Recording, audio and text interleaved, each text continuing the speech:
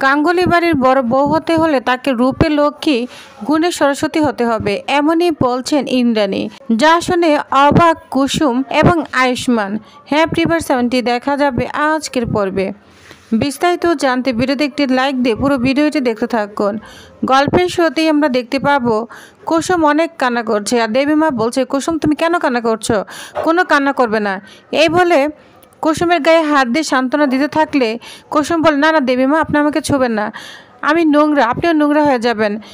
এই অজয় নোংরা লোকটা আমাকে এখানে ছুঁয়েছে, এখানে ছুঁয়েছে, তাই আপনি আমাকে ছুবেন না, নোংরা হয়ে যাবেন। দেবীমা আমি তো কারো কোনো ক্ষতি করিনি, তাহলে আমার কেন এই অবস্থা হলো? এই বলে কুসুম খুব কান্না করতে থাকে আর বলতে থাকে, জানেন আমার বাবা না আমাকে কখনোই মায়ের আবার বুঝতে দেয়নি, কিন্তু আজকে না আমার মায়ের কথা খুব মনে পড়ছে। আমার মা যদি থাকতো না, বেঁচে থাকতো, তাহলে আমি মায়ের কোলে এসে ঘুমাতাম। আর তখন দেবীমা বলতে থাকে, হে ঈশ্বর, তুমি ওকে এত শাস্তি দিয়েছো যে মেয়েটি নিজেকে ঘৃণা করছে। তখন দেবীমা বসে কুসুমকে ডাকতে থাকে, কুসুমকে বলে, কুসুম এদিকে এসো, তুমি আমাকে কি বলে ডাকো? কুসুম তখন বলে, দেবীমা। আচ্ছা দেবীমা বলে যদি ডাকো, তাহলে এত কিসের সংকোচ তোমার? যাকে দেবীমা বলে ডাকো আবার তুমি মায়েরা ভাব বোধ করছো? একদম মায়েরা ভাব বোধ করবে না, এই দেবীমা রয়েছে, বুঝতে পেরেছো? তোমার শত কষ্ট, দুঃখ, যন্ত্রণা সব মুছে ফেলো, বুঝতে পেরেছো? সব মুছে ফেলো। এই নাও আমার আঁচল নাও, এই আঁচল দিয়ে তোমার চোখের জল মুছে ফেলো। কুসুম তো অবাক হয়ে যায়, আর তখন পুরনো কথায় কল্পনা করতে থাকে দেবীমার শাড়িটা ভুল করে ছিঁড়ে ফেলেছিল, তাকে একটা চর মেরেছিল, আর অবাক হয়ে তাকিয়ে আছে দেবীমার দিকে। তখন বলে, কুসুম আর কান্না নয়, বুঝতে পেরেছ? তোমার শত দুঃখ কষ্ট আমার এই আঁচলে আমি নিয়ে নিলাম, এই নাও, এই আঁচল দিয়ে চোখ মুছে ফেলো। কালকে থেকে শুরু হবে তোমার নতুন জীবনের শুরু, বুঝতে পেরেছ? আর মনে করো আজকের দিনটা তোমার জন্য দুঃস্বপ্ন ছিল। এদিকে শঙ্কর অনেক কান্না করতে থাকে। তখনই ওইখানে আয়ুষ্মান চলে আসে। আয়ুষ্মানের পা ধরে ক্ষমা চাইবে, আর ওই মুহূর্তেই আয়ুষ্মান বলে, কাকা এটা তুমি কি করছো? তখন বলে, তুমি আমার মেয়ের জীবন বাঁচিয়েছ, তুমি আমার কাছে ভগবান। আর তখন বলে, না না এইভাবে বলবে না, গাঙ্গুলি পরিবার সদস্যর কোনো কিছু হবে আর আমরা বসে থাকবো, তা কিছুতেই হতে পারে না। আর তখন শঙ্কর বলে, তাহলে আয়ুষ বাবা আর মেয়ের উপরে সবাই তো সমাজে কাদা ছিটাবে, এখন কি হবে?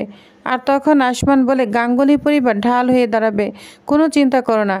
তখনই ওইখানে ইন্দ্রাণী চলে আসে কুসুমকে নিয়ে, বলছে, শঙ্কর আর কোনো কথা নয়, কুসুম তুমিও সব ভুলে যাবে, কালকে থেকে তোমার নতুন জীবনে শুরু হবে। আর শঙ্কর তুমিও সব ভুলে যাবে, বুঝতে পেরেছ? ঈশানের এঙ্গেজমেন্টটা হয়ে যাক, তারপরে কুসুমের দায়িত্ব আমার, বুঝতে পেরেছ? কালকে থেকে কুসুমের নতুন জীবনের শুরু, সব ভুলে গিয়ে কাজ শুরু করবে, বুঝতে পেরেছ? এটা বলেই আয়ুষ্মান এবং ইন্দ্রাণী চলে যায়। এদিকে মীনাক্ষী দেবলিনের কথাই ভাবছে আর বলছে, তুমি আমাকে মূর্খ বলেছ না? হ্যাঁ আমি মূর্খ, এই জন্যই তো সবাই আমাকে কমেডি বলে, না কমেডি ভাবে, এই গাঙ্গুলি পরিবার আমাকে কমেডি ভাবে, তাই তো? এই বলে নিজে দুই গালে নিজেই মারতে থাকে। ওই মুহূর্তে মীনাক্ষীর স্বামী চলে আসে আর বলতে থাকে, কি হয়েছে, তুমি এরকম কেন করছো? আর তখন বল, তুমি এই ঘরে কেন এসেছো? যাও এক্ষুনি চলে যাও, এই ঘর থেকে চলে যাও। তো তাকে অপমান করে ওইখান থেকে বের করে দেয়। আর এদিকে মীনাক্ষী বলতে থাকে, দেবলীনা তুমি আমাকে মূর্খ বলছো না? মূর্খ বলেছ, এবার দেখো এই মূর্খ কি করে। এই দেবলীনাই হবে তোমার এই গাঙ্গুলি পরিবার ঢোকার জন্য প্রথম বাধা, বুঝতে পেরেছ? তুমি এবার দেখো মূর্খ কাকে বলে। এটা বলে অনেক রাগান্বিত হয়ে যায় মীনাক্ষী। অন্যদিকে দেখা যায় কুসুমকে সারপ্রাইজ দেবার জন্য আয়ুষ্মান কুসুম তার বাবা এবং ঘন্টুকে নিয়ে একটি রাস্তায় চলে এসেছে।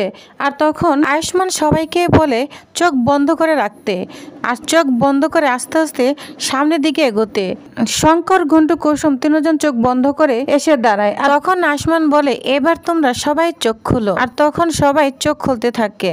তখনই দেখে রাস্তার উপরে কুসুমের একটা বড় করে ছবি টাঙ্গানো, যা দেখে কুসুম, তার বাবা, শঙ্কর এবং ঘন্টু সবাই অবাক হয়ে যায়। বলছে, দিদি দেখ তোর ছবি কত বড় করে টাঙ্গানো, যা দেখে কুসুম অনেক খুশি হয়ে যায়। তখন আয়ুষ্মান বলে, কুসুম খুশি হচ্ছ? তখন কুসুম বলে, এটা আমার ছবি বাবা, দেখো এটা আমার ছবি। এটা বলে অনেক আবেগপ্রবণ হয়ে যায় কুসুম। তখন কুসুমের বাবা শঙ্করও অনেক ইমোশনাল হয়ে পড়ে। রাস্তায় যে লোক যাচ্ছে তাকে দেখে বলতে থাকে, ওই দেখো আমার মেয়ে কুসুম, অনেক খুশি হয়ে যায়। তখন কুসুম আয়ুষ্মানকে বলে, ছোট সাহেব আমার স্বপ্ন ছিল আকাশ ছোঁয়ার, আর সেই স্বপ্ন না আপনার জন্য পূরণ হয়েছে। তখন আয়ুষ্মান বলেন, ভুল বলছো কুসুম, এটা আমার জন্য পূরণ হয়নি। এটা তোমার যোগ্যতায় তোমার নিজের আশা পূরণ হয়েছে, বুঝতে পেরেছো? তুমি সব অতীত মুছে ফেলো, আজকে থেকে তোমার নতুন জীবনে শুরু হলো। এটা ভেবে কুসুম অনেক খুশি হয়ে যায়। অন্যদিকে ঘন্টু তার বোনের ছবির পাশে ছবি তুলতে থাকে, অনেক খুশি হয়ে যায়। অন্যদিকে দেখা যায় ঈশান দেবলীনার বাড়িতে চলে এসেছে। দেবলীনার মা বাবা পুজো উপলক্ষে তাকে অনেক সম্মান জানাতে থাকে আর বলছে, বাবা তুমি এসেছো আমাদের ছোট্ট পূজায়, আমি অনেক খুশি হয়েছি। এমনিতেই আমাদের কিছুই করতে হচ্ছে না, সব তোমার মাই অ্যারেঞ্জ করে দিয়েছে। আর তখন দেবলীনার বাবা বলতে থাকে, এমনিতেই আমাদের না কিচ্ছু করতে হয় না। তখন দেবলীনার মা চোখ ইশারা দিতে থাকে। তখন বলে, না না, বলছি আমার একমাত্র মেয়ে, তাই বলে কি আমরা কিছুই করব না? তো এইভাবে উল্টাপাল্টা কথা দেবলীনার মা বাবা বলতে থাকে, যা শুনে ঈশান অনেকটাই অবাক হয়ে যায়। আর তখন দেবলীনার মা বাবা ঈশানকে একটা গিফট দিতে থাকে। আর তখন বলে, নাও এই পুজো উপলক্ষে, এবং তুমি তো আমার একমাত্র হবু জামাই, এই উপলক্ষে আমি তোমার জন্য একটা গিফট নিয়ে এসেছি। আর তখন সে ঈশানকে গিফটটা দিয়ে দেয়।